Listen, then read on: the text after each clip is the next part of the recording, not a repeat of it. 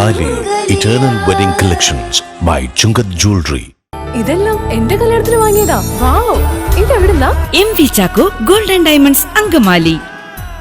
അയ്യമ്പുഴ ഗ്രാമപഞ്ചായത്തിലെ 11-ാം വാർഡിൽപ്പെട്ട ഏരപ്പ് തട്ടുപാറ അമലാപുരം റോഡിലെ അനധികൃത കയ്യേറ്റം പഞ്ചായത്ത് ഭരണസമിതി, പോലീസ്, നാട്ടുകാർ എന്നിവരുടെ സാന്നിധ്യത്തിൽ ഒഴിപ്പിച്ചു.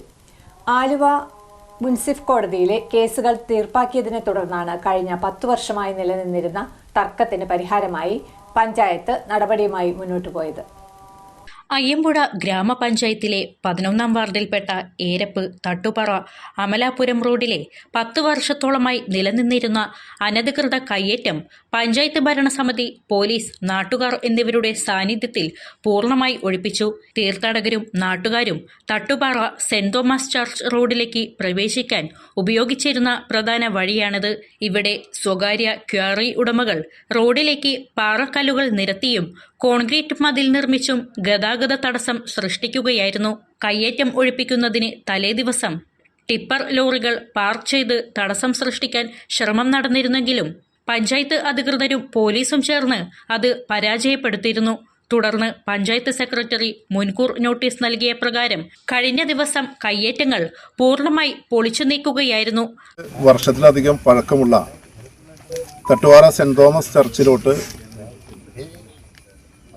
ആളുകൾ യാത്ര ചെയ്തിരുന്ന റോഡാണ് പഞ്ചായത്തിന്റെ, അയ്യമ്പുഴ ഗ്രാമപഞ്ചായത്തിന്റെ ആസ്തി രജിസ്റ്ററിലുള്ളത്.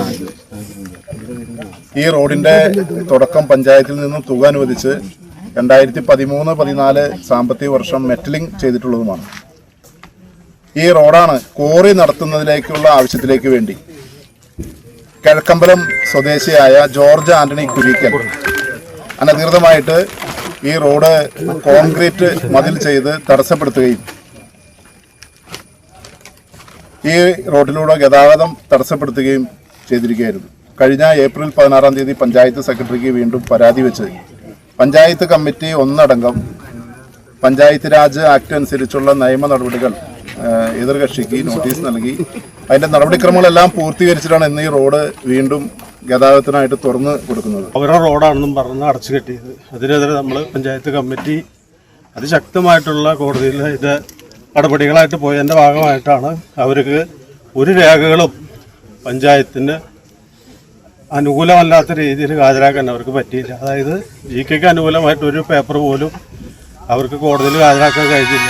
അതിപ്പോൾ പഞ്ചായത്തിന് അനുകൂലമായിട്ടുള്ള വിധി വന്നു. അതിൻ്റെ ഭാഗമായിട്ട് നമ്മൾ റോഡ് വീണ്ടും ഫോർമേഷൻ ചെയ്തു, പള്ളി അധികൃതരെല്ലാവരും കൂടി. അതിനുശേഷം വീണ്ടും അവർ ഇവിടെ അടിച്ചു കെട്ടുന്ന നടപടിയാണ് ചെയ്തത്. അതിന് പഞ്ചായത്ത് അടിയന്തര കമ്മിറ്റി കൂടി വക്കീലെ കണ്ട് സംസാരിച്ച് ഇത് പൊളിച്ചു മാറ്റാനുള്ള തീരുമാനത്തിന് എല്ലാവിധ ഭാവങ്ങളും നേർന്നുകൊണ്ട് നിർത്തുന്നു. നന്ദി, നമസ്കാരം.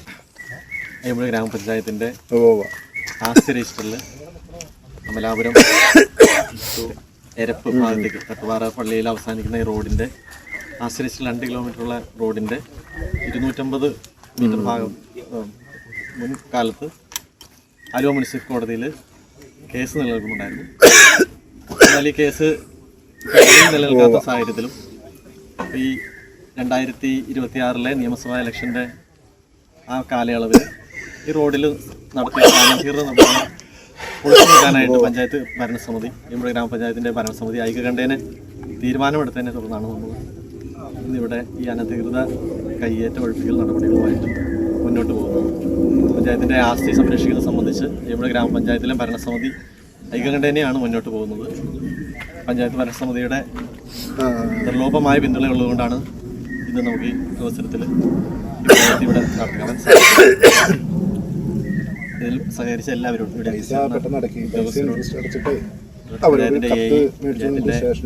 എഞ്ചിനീയറിംഗിലെ എല്ലാ അംഗങ്ങൾ, നമ്മുടെ പഞ്ചായത്ത് ഭരണസമിതി അംഗങ്ങൾ, സ്റ്റാഫ് അംഗങ്ങൾ, ഇതുമായി ബന്ധപ്പെട്ട് ഇവിടെ എത്തിച്ചേർന്ന നാട്ടുകാരെല്ലാവർക്കും പഞ്ചായത്തിൻ്റെ പേരിൽ നന്ദി രേഖപ്പെടുത്തുന്നു.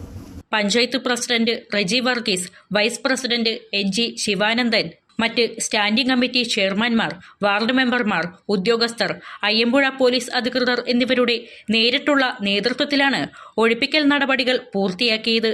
കയ്യേറ്റം ഒഴിഞ്ഞതോടെ ഈ ഭാഗത്ത് 70 വർഷത്തോളമായി നിലനിന്നിരുന്ന രൂക്ഷമായ യാത്രാക്ലേശത്തിനാണ് ഇപ്പോൾ ശാശ്വതമായ പരിഹാരമായിരിക്കുന്നത്.